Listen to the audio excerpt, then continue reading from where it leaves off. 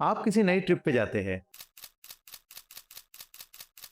नई जगह, नए लोग, नया खाना, नया एक्सपीरियंस और जाहिर है बहुत सारी फोटोज।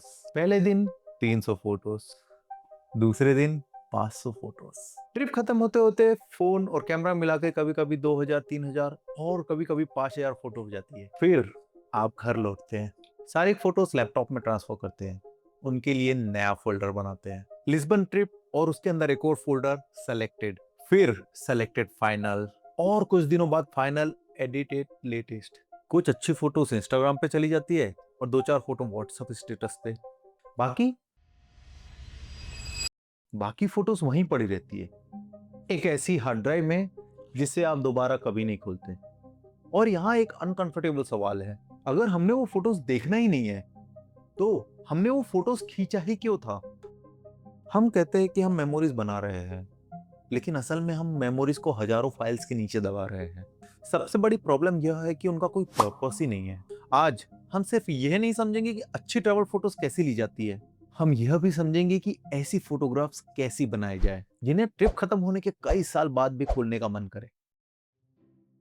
चैप्टर 1, हम मेमोरीज नहीं अटेंडेंस कलेक्ट कर रहे हैं। ट्रैवल के दौरान ज्यादातर लोग फोटोग्राफी नहीं करते हैं, वे अटेंडेंस लगाते हैं। गेटवे ऑफ इंडिया के सामने photos present sir, famous yellow tramps के साथ फोटो प्रेजेंट सर, माउंटेन्स के सामने दोनों हाथ फैला के फोटो प्रेजेंट सर, बीच पर सनसेट के सामने सिलुएट प्रेजेंट सर। हम हर जगह ये प्रूव करना चाहते हैं कि हम वहां गए थे, और इसमें अपने आप में कोई बुराई नहीं है। मैं भी किसी फेमस लोकेशन पे जाता हूँ तो उसकी फोटोज जरूर लेता हूँ। प्रॉब्लम तब शुरू होती है जब हमारी पूरी ट्रिप प्रूफ का कलेक्शन बन के रह जाती है। चलो मान लीजिए आप लिस्बन गए, आपने येलो ट्रैम्प की फोटोग्राफ ली, एक फेमस व्यू पॉइंट से शहर की फोटोग्राफ ली, किसी पॉपुलर स्ट्रीट पे अपनी फोटो ली। टेक्निकली आपके पास लिस्बन की फोटो है, लेकिन क्या आपके पास लिस्बन की कहानी है? वहां की पुरानी दीवारों पे लगी टाइल्स, ऊपर जाती हुई सकरी गलियां, खिड़की से बाहर सूखते कपड़े, कैफे के बाहर बैठ के कॉफी पीते लोग, शहर की स्टीप रोड पे चढ़ते हुए थके हुए टूरिस्ट, किसी लोकल शॉप की छोटी सी खिड़की,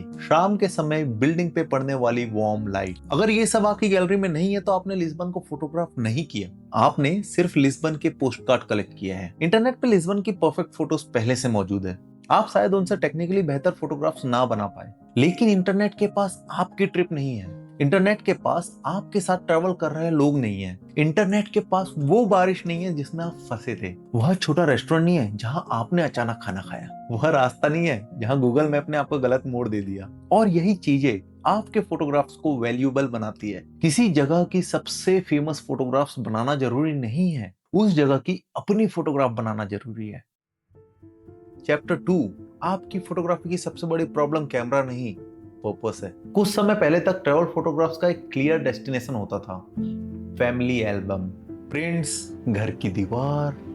लोग ट्रिप से लौटते थे, फिल्म डेवलप करते थे, लिमिटेड फोटोग्राफ्स होती थी और फिर पूरा परिवार बैठकर उन्हें देखता था। आज हमारे पास पहले से कहीं बेहतर कैमरा है, फोन में मल्टीपल लेंसेज है, अनलिमिटेड स्टोरेज है, हर सेकंड 10 या उससे ज्यादा फोटोग्राफ लेने की क्षमता है, लेकिन फोटोग्राफ्स का डेस्टिनेशन गायब हो गया है। अब हम फोटोस लेते हैं क्योंकि फोटोग्राफ्स ली जा सकती है, उसके बाद उसका क्या होगा ये तो हम सोचते ही नहीं है। मैंने कई साल क्रूज शिप पे जॉब करके कई सारी जगहों को फोटोग्राफ किया है, आलेसुन, लिस्बन, मस्कट, बैगेन और ऐसी कई सारी सिटीज और पोर्ट्स की फोटोज लिया है। शुरुआत में मेरा भी फोकस अक्सर एक स्ट्रॉन्ग फोटोग्राफ पर होता था, ऐसी फोटोज जो अकेली इंस्टाग्राम पे अच्छी दिखाई दे, एक ड्रामेटिक लैंडस्केप, एक परफेक्ट रिफ्लेक्शन, एक क्लीन कंपोजिशन और एक बैंगर। लेकिन प्रॉब्लम यह है कि जिंदगी सिर्फ बैंगर फोटोग्राफ से नहीं बनती है, इसीलिए मैंने अपनी ट्रिप्स का फिजिकल एल्बम बनाना शुरू किया।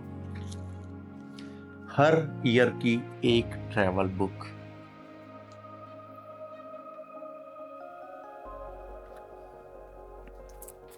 ये एल्बम बेचने के लिए नहीं है, कोई क्लाइंट इन्हें ऑर्डर नहीं करता, इन पर लाइक्स भी नहीं आते, एल्गोरिदम इसे किसी को रिकमेंडेड नहीं करता है, लेकिन शायद यही फोटोग्राफ्स का सबसे वैल्यूएबल रूप है। क्योंकि जब भी मैं ये एल्बम्स खोलता हूँ ना, मुझे सिर्फ लोकेशन याद नहीं आती, मुझे वो पूरा दिन याद आता है।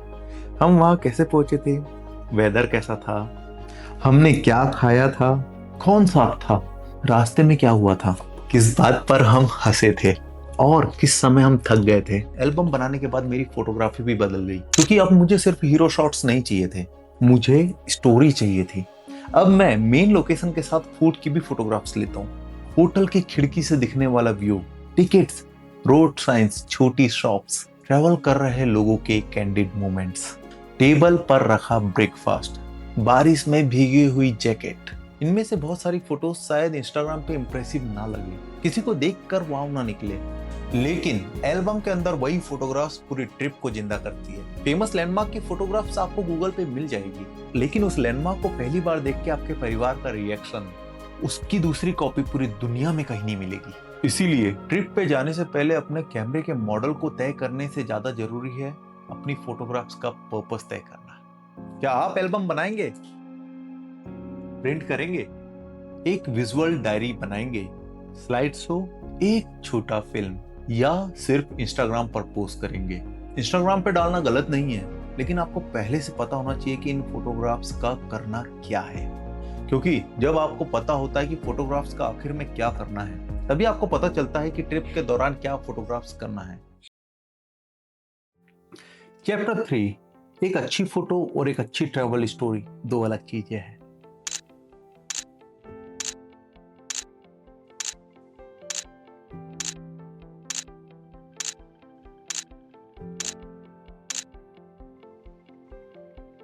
नॉर्वे जैसी जगह पर पहुंचकर पहली नजर नेचुरली उसके बड़े लैंडस्केप पे जाती है। ऊंचे माउंटेन्स, शांत फियोर्ड्स, पानी में पड़ता रिफ्लेक्शन, दूर दिखाई देता वाटरफॉल और माउंटेन्स के बीच खड़ा एक विशाल क्रूज शिप।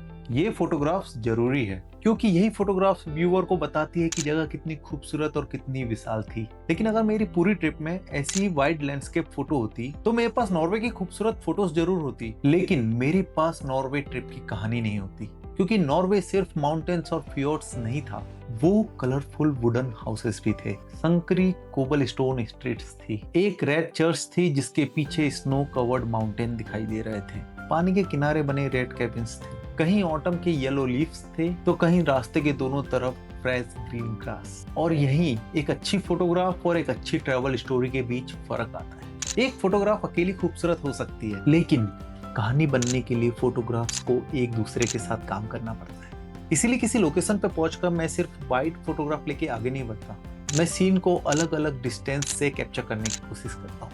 सबसे पहले वाइड शॉट।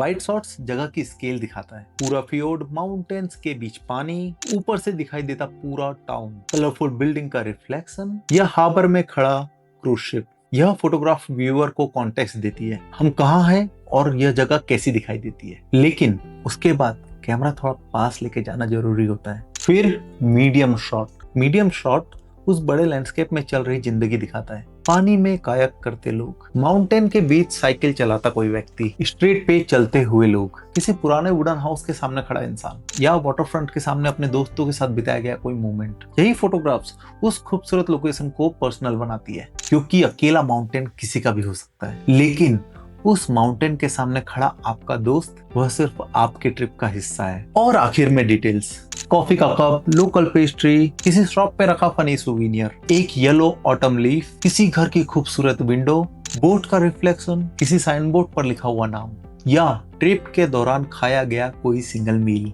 इन फोटोग्राफ्स को अलग से देख के शायद कोई मास्टरपीस ना कहे, लेकिन एल्बम के अंदर यही फोटो सबसे ज्यादा काम करती है। क्योंकि 5 साल बाद मुझे सिर्फ ये याद नहीं करना है कि नॉर्वे खूबसूरत था, मुझे यह भी याद करना है कि उस दिन हमने क्या खाया था, वेदर कितना ठंडा था, हम किसके साथ थे और कौन सी स्ट्रीट पर घूम रहे थे और कौन सी चीजों ने अचानक हमारा ध्यान खींचा था। सिनेमा में कोई भी कहानी सिर्फ ड्रोन शॉट से नहीं बनती, पहले आपको पूरी जगह दिखाई जाती है, फिर वहां मौजूद लोग, फिर उनके एक्सप्रेशन, फिर छोटी डिटेल्स, और इन सबको जोड़कर एक वर्ल्ड बनता है। ट्रैवल फोटोग्राफी भी बिल्कुल ऐसी ही है। अगर आपके पास सिर्फ वाइड फोटोग्राफ्स है तो आपकी गैलरी पोस्टकार्ड जैसी दिखाई देगी। अगर सिर्फ क्लोजअप है तो व्यूअर को समझ में नहीं आएगा कि आप कहाँ थे। लेकिन जब वाइड, मीडियम, डिटेल्स और पर्सनल मूवमेंट एक साथ आते हैं, तब फोटोग्राफ सिर्फ एक जगह नहीं दिखती, वे व्यूअर को उस जर्नी के अंदर ले जाती है। इसलिए अगली बार किसी खूबसूरत लोकेशन पे पहुंचे तो ऑब्वियस फोटोज जरूर लीजिए, लेकिन उसके बाद कैमरा नीचे मत कीजिए, थोड़ा पास जाइए, लोगों को देखिए, डिटेल्स खोजिए, फूड फोटोग्राफ्स कीजिए, आपके साथ आए लोगों का कैंडिड मूवमेंट लीजिए, क्योंकि अकेली एक शानदार फोटोग्राफ सिर्फ इंस्टाग्राम पर अच्छी लगेगी, लेकिन सिर्फ कहानी ही ऐसी चीज है जिसे आप सालों बार दोबारा जी पाएंगे।